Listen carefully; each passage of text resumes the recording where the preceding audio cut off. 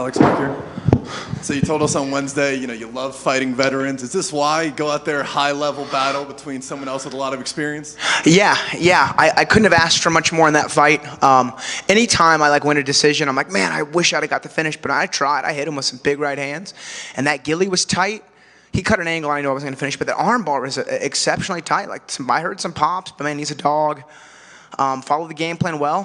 Props to Court. He stood and traded for most of the fight. I did not think that's how the fight was going to go. If it's up to me, I'll kickbox for 15 minutes. It's always the most fun. I think the fans like watching that the most too, so long as it's not too sloppy. And I felt like it was pretty technical. But yeah, that was a veteran versus a veteran in the octagon. Tell 16-year-old me that, and I couldn't believe it, so I was very satisfied with that. The octagon time between both of us has to be, close to 10 hours, so that was cool. I was going to ask you about his striking. Were you surprised at all? Because, particularly he's a grappler. He's well-rounded, though. But, I thought Stan with a kickboxing fight should, be able to dominate him. And he was able to stand in there and trade with you. Were you surprised at all about that? Yeah, I was surprised he was willing to stand. I didn't really get hit by much on the feet. He threw a lot of low kicks. I checked, I think, all of them. He had some inside kicks. I think he landed the most with some body punches. But I know I'm not the most ironclad looking guy in the core, but I got a tough body. I can't tell you the last time I was hurt with the body shot. But that came with some trial and error and some real torture when I was younger. So I hadn't been dropped the body shot in training in 5-6 years. Never really been hurt with the body shot in the octagon. But I don't think I got punched much. I think in the third round, 2 punches kind of got through. But no, yeah, props to him for standing and banging it out. It's a man's fight. I always like fights like that. I know it's a little harder to, score the fight when you're actually in it, but when the fight was kind of over and now it's been a little bit, how would you score it in your mind? I knew I had 1 in 3. I just knew I landed and didn't get hit much back, and I pressured a lot. Man, in the second round, I know it's weird. I feel like old school MMA judging, the takedown and top control wins no matter what, which is kind of whack. He threw some elbows on top, but none of them landed, and I'm telling you, that guillotine was tight, and that arm bar was even tighter. And then I remember being in guard, and I was like, man, some time is burning. And then once I finally got up, it was 2.5 minutes left. So he spent 90 seconds on the ground, and I threatened 2 genuine submissions. So once I got up and we started striking it, and then the last 10 seconds of the second round, I think I hit him with the right hand and came forward. I didn't know if I had won the round, but I thought I did. And then when they said 29-28, I was like, all right, they gave him the round. But I got to rewatch it. There's definitely been a change in judging. They used to do cage control and takedowns, and top control would kind of win no matter what. But now they're really scoring off of damage. And I have a lot of wrestlers on my team, and we'll take guys down and control them and pound them out, and sometimes lose rounds. So I'm okay, damage is key. So I'm all right, guys, let's do damage on bottom. And then we do damage on bottom, we lose from top position. So it's kind of damned if you do, damned if you don't. But honestly, so long as I got the win, I was happy. I knew the third round was an important round. And I felt particularly sharp in the third. I think I stuffed a few takedowns and was able to hit some good right hands. I had a nice spinning back kick, which is always fun. Spinning stuff is cool. Guillotines are cool. Straight right hands are cool, so I was happy with that performance. Yeah, I was going to ask about that third round. It seemed like you really put everything together.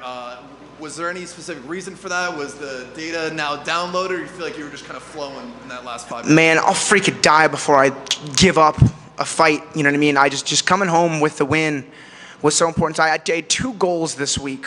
Obviously, goal number 1 was to win, bring the win back home. But man, goal number 2 was on the walkout, was to just experience everything, all the feelings and emotions.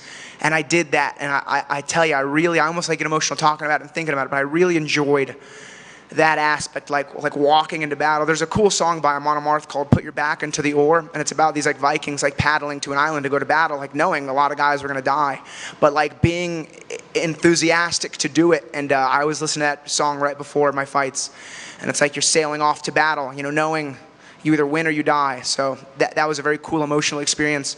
And more than any notoriety or money, that's, I think, the most valuable for me aspect of fighting is being able to experience life in that pure, kind of feeling.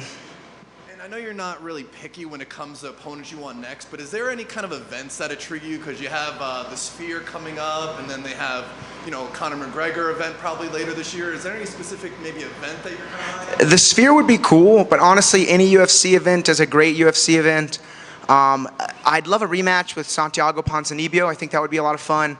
All due respect to the immortal Matt Brown. He's got the most knockouts in welterweight history. That would be awesome. I mean, there's so many cool fights I like out there. So just whenever, as soon as they're willing to offer me a fight, I will accept the fight and get right back to it. I'll fight more often if they let me. Now the work is done. Any plans for tonight to celebrate? I'll be honest, if I had known this was an early fight card, I would have booked my plane ticket back tonight. But no, I got my two best friends, Jake Heffernan, and he's been my ride or die, and then Coach Matt Wald. He and I have been doing this since we were teenagers. We're both in our 30s now. So I'm just going to hang out with the boys. And last time, I got a bunch of stitches inside my mouth, so I couldn't eat any fun food. So we're probably going to go eat somewhere fun, too. So just I can't wait to call my wife. And I just can't wait to come back home and get back to work. We got a lot of competitions in April. A bunch of jiu-jitsu tournaments, some submission-only matches. Most importantly, some MMA fights. My boy Dave Hellraiser's got his third pro fight for Fury.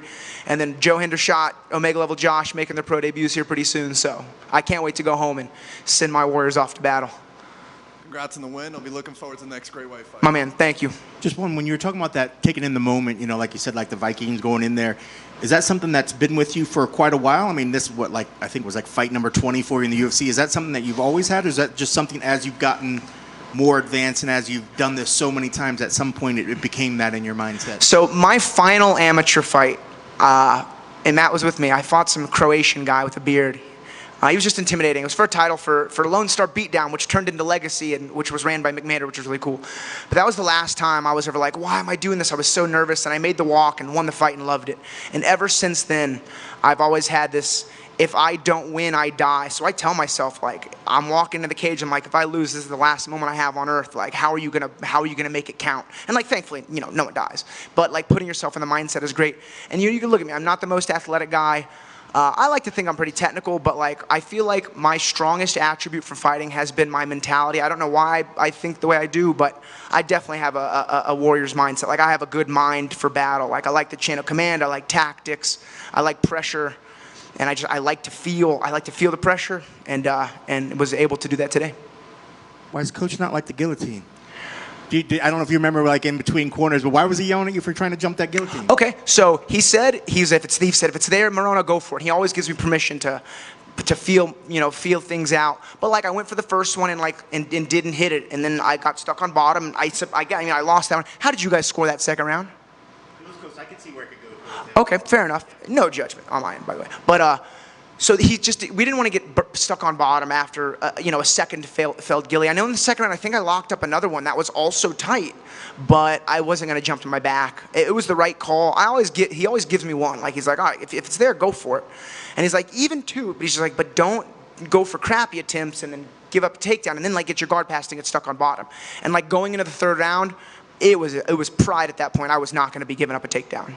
That last 2-second exchange doesn't count. Well, and plus, too, your striking was on point tonight. Maybe it was just a matter of they just wanted you to stay on your feet as well or something. Did your hands feel, at what point in the fight did you feel like the hands were flowing how you wanted them to go? Did they come out pretty immediately? Because by the end, the third round, definitely your hands looked great. But at what point did it feel like they were flowing for you? Thank you. Honestly, I felt like I got them going pretty early on. I think it may have been late in the first round or maybe in the second round. He had stepped in, and I had stepped in with a jab. And it hit him right in his nose, and it just stopped him in his tracks. And once I found that little collision with the jab, I felt like my groove and my timing was pretty good. Congrats on the victory. My man, thank you so much. Cool, thank you guys. Have a good weekend. Enjoy the fights.